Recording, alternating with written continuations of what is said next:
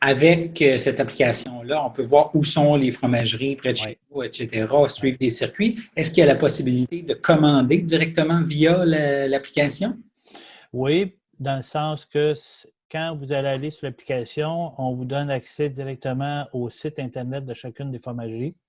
Et quand vous tombez sur le site Internet des fromageries, bien entendu, s'ils ont des applications qui leur permettent, ou des applications qui leur permettent de faire du commerce en ligne, oui, vous allez avoir accès à ça. Ce qui va permettre aux consommateurs qui, cet été, mettons, est dans la région du bas du fleuve en vacances, ça y tente de manger des fromages demain. Donc, il va être capable d'aller sur le site, faire sa commande, puis d'aller les chercher le lendemain en allant faire une visite de la petite fromagerie. Donc, ça va se faire assez rapidement. Même chose, le citoyen qui est à Montréal, là, qui veut avoir accès à des fromages, bien, il pourra le faire. Puis, dépendamment de la fromagerie, si elle peut livrer chez eux ou pas, bien, il va y avoir accès. Fait que c'est un outil qui est simple parce que sur le même outil, vous avez accès à quasiment tous les sites de transactions d'entreprise. Et si un fromager, pour l'instant, n'était même pas au courant que ça existait, veut s'inscrire, comment ça fonctionne? Je sais qu'il y en a dans notre région qui ne sont pas inscrits encore. Là. Ben, moi, je vous dirais que je pense que tous les fromagers le savent parce qu'on les a tellement sollicités pour s'inscrire. OK. L'inscription est très, très, très simple. Ils ont juste à communiquer avec nous puis à remplir leur formule puis leur profil parce que, bien entendu, si tu veux être présent sur la carte, bien, il faut que tu donnes l'information qui permet au consommateur de savoir quitter. Donc, il y a un certain nombre d'informations à faire remplir. Donc, l'information sur la fromagerie, l'information sur ses produits, idéalement des photos ou tout autre outil promotionnel qu'il veut mettre dedans. Donc, ça, il faut qu'il remplisse ça, mais c'est assez simple. On a une personne chez nous qui accompagne les entreprises à faire ça. Là. Puis, comme je l'ai dit tantôt, là, on a 60 et plus que 70 entreprises qui se sont inscrites en moins d'un mois. Là. Fait que ça veut dire que ce n'est pas un exercice qui est très long à faire. Là. Et les échos que vous avez de vos membres, est-ce qu'il y a un certain nombre de fromageries au Québec qui sont menacées à cause de la COVID, qui pourraient ne pas passer à travers cette crise? Ben, écoutez, c'est sûr que la COVID a eu un impact majeur sur le milieu. Il est encore un peu trop tôt pour voir s'il y en a qui ne passeront pas à travers. Euh, je ne vous cachais pas qu'on a des craintes parce que ça a eu des impacts. Euh, le fait que la restauration, l'institution, les hôtelleries, ça l'a tout arrêté d'un coup sec. Mais ça donnait un coup très fort sur tout le monde, peu importe leur taille d'entreprise. Puis c'est sûr que ceux qui étaient plus orientés vers ces marchés-là ont souffert plus que d'autres. Mais ce qu'on voit qui a aidé, il y a deux facteurs qui ont peut-être aidé les gens à tenir, peut-être pas complètement la tête au-dessus de l'eau, mais au moins les narines pour être capable de respirer un petit peu au-dessus de l'eau. C'est que beaucoup d'entreprises qui se sont virées assez vite pour développer justement des sites Internet de transactions en ligne. Ce qu'on voit de l'extérieur, sans avoir fait une analyse très scientifique, c'est que probablement que ces sites-là ont permis un niveau d'activité suffisant pour maintenir au moins le minimum de base d'opération des entreprises et être capable de rester en opération. Le marché de détail aussi a eu une certaine recrudescence parce que les gens, en étant chez eux, ont consommé plus, ont cuisiné plus, de sorte que ça l'a compensé, pas en totalité, mais ça a eu un certain impact, un impact positif. Mais l'élément qu'on ne prend jamais en considération, c'est que l'environnement COVID a fait exploser les coûts des entreprises parce qu'on a voulu mettre en place, que ce soit une petite, une grande, une moyenne, là, tout le monde a dû faire face à ça pour protéger les employés et s'assurer d'être toujours présent dans la ligne d'approvisionnement du consommateur et de nos réseaux de distribution. Il a fallu mettre en place des mesures pour s'assurer que les employés étaient en sécurité. Donc, des équipements, des installations de mesures de distanciation, réduire le nombre de monde sur les chaînes d'approvisionnement, les chaînes de fabrication pour respecter ces règles de distanciation-là, changer les chiffres pour éviter que les équipes se croisent, de sorte, mettre en place à l'entrée des roulottes pour prendre la température de tout le monde avant qu'il rentre, de sorte que tous ces éléments-là qui ont dû être mis en place ont eu un très grand, je voudrais dire, ont été très efficaces. Le secteur laitier n'a pas connu de crise, a été capable de contrôler, puis on a eu quelques rares cas de contamination, mais qui ont été excessivement bien encadrés, de sorte qu'on n'a pas eu, comme dans d'autres secteurs, là, dû fermer des usines, etc. Je pense qu'on a eu une usine qui est fermée, puis c'est à cause qu'il n'y avait pas de marché. À un moment donné, elle ne peut pas opérer. Ça, on a bien contrôlé l'environnement. Ceci dit, ça a fait en sorte que mes coûts ont vraiment explosé.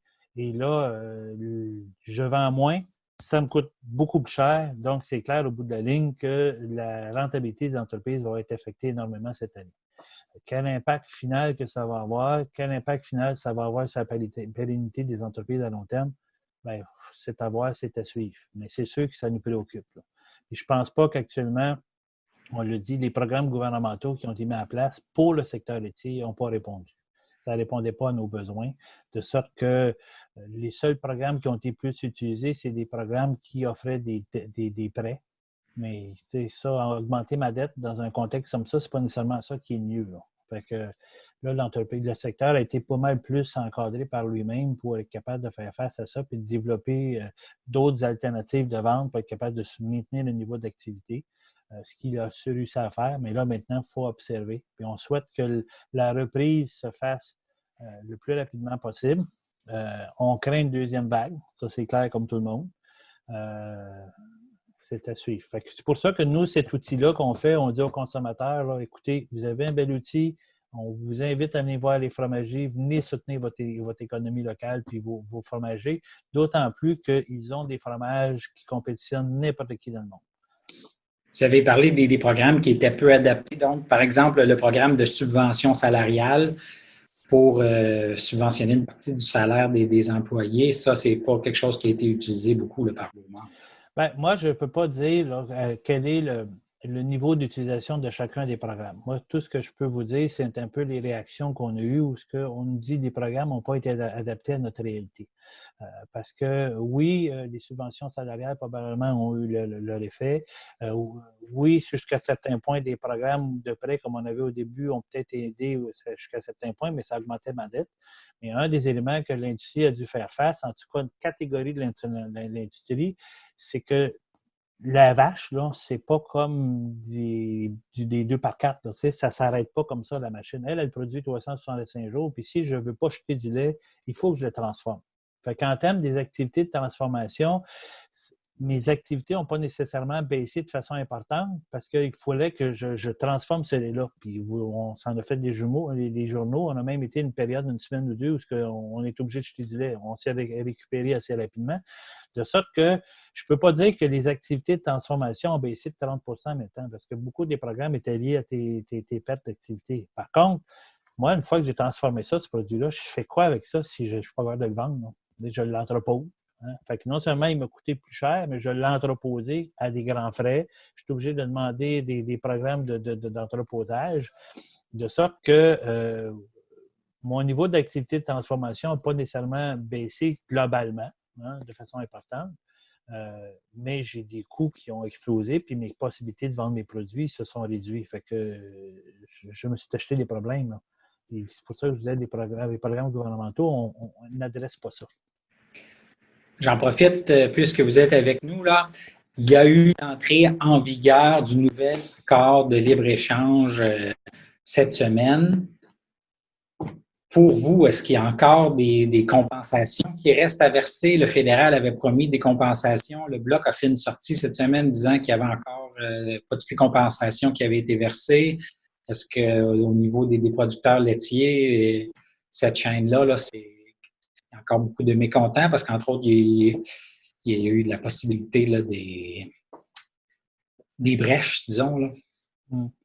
Bien, au niveau de la transformation laitière, là, quand on dit est-ce que les compensations devraient continuer de verser, c'est qu'il faudrait qu'ils commencent par en verser. Parce que jusqu'à maintenant, le gouvernement fédéral a été complètement muet et a complètement pas répondu à nos demandes. Quand il y a eu l'entente avec l'Europe, ils ont mis un petit montant là, sur la table qui était une goutte d'eau par rapport aux besoins et aux impacts que ça avait. Mais depuis l'entente avec le Pacifique, puis encore moins avec les États-Unis, zéro pin barre la réaction du gouvernement fédéral par rapport à la transformation. Il y a eu des actions qui ont été faites vis-à-vis des producteurs de lait. Il y a eu de l'argent qui a été donné. Puis ça, on est bien content pour eux autres parce qu'effectivement, eux autres aussi, ils souffrent par l'effet secondaire. Moi, quand je ne vends pas, bien, je ne jette pas de lait.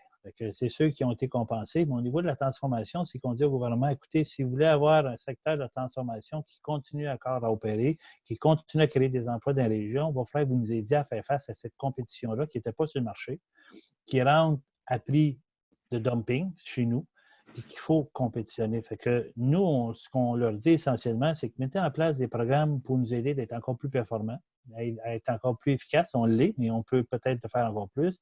Aidez-nous à avoir des programmes qui vont nous aider à augmenter nos capacités. Aidez-nous à avoir des programmes qui vont aider à faire rayonner et à faire la promotion de nos produits. Et le reste, on va s'en occuper. On a déjà déposé nos demandes depuis 2-3 ans. Là, on n'a pas de lettre morte, puis on est très, très déçus de la ministre Bibeau qui, présentement, annonce plein de projets, mais de rien dans le secteur laitier. Bon, c'est sûr qu'elle a annoncé qu'elle donnait de l'argent à CCL pour lui permettre d'acheter plus de produits dans le temps de la COVID, mais ça n'a rien à voir avec les ententes de libre-échange puis l'environnement qu'on va devoir faire face dans les 6 prochaines années. Parce que ce qu'on oublie tous, là, c'est que ces ententes-là, ils ont des effets cumulatifs. Hein. Je veux dire, ça prend 6 ans avant d'avoir le plein effet de ces ententes-là sur un secteur parce que c'est réparti, les entrées en vigueur des nouveaux accès au marché sur 6 ans. Là, on a déjà 2-3 ans de fait avec l'Union européenne. Il nous en reste encore un autre 3 ans. Le Pacifique, on a 2 ans de fait. Il nous en reste un autre 3-4 ans. Puis l'entente avec les États-Unis, on commence. Et déjà, aujourd'hui, les entreprises nous disent l'environnement nous crée une pression énorme. On n'est plus rentable. On ne fait plus de marge. Ces importations-là nous font mal. Qu'est-ce que ça va être dans 5 ans?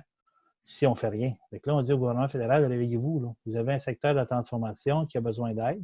Si ce secteur-là s'écroule, le producteur de lait en amont, là, lui, il va faire quoi? Là? Avec qui il va vendre son lait? Il y a un effet domino. Fait que ça, on attend beaucoup encore. On espère que le gouvernement fédéral, là, quand il va un peu sortir de la tête de la crise de la COVID, là, qui va penser à ses obligations qu'il y a vis-à-vis du secteur laitier ou du secteur de la transformation laitière en particulier. Et parlez-en et le plus possible de notre route des fromages, puis utilisez-la, puis je souhaite que vous allez être capable de découvrir nos belles régions du pays puis nos beaux fromages parce que s'ils valent la peine.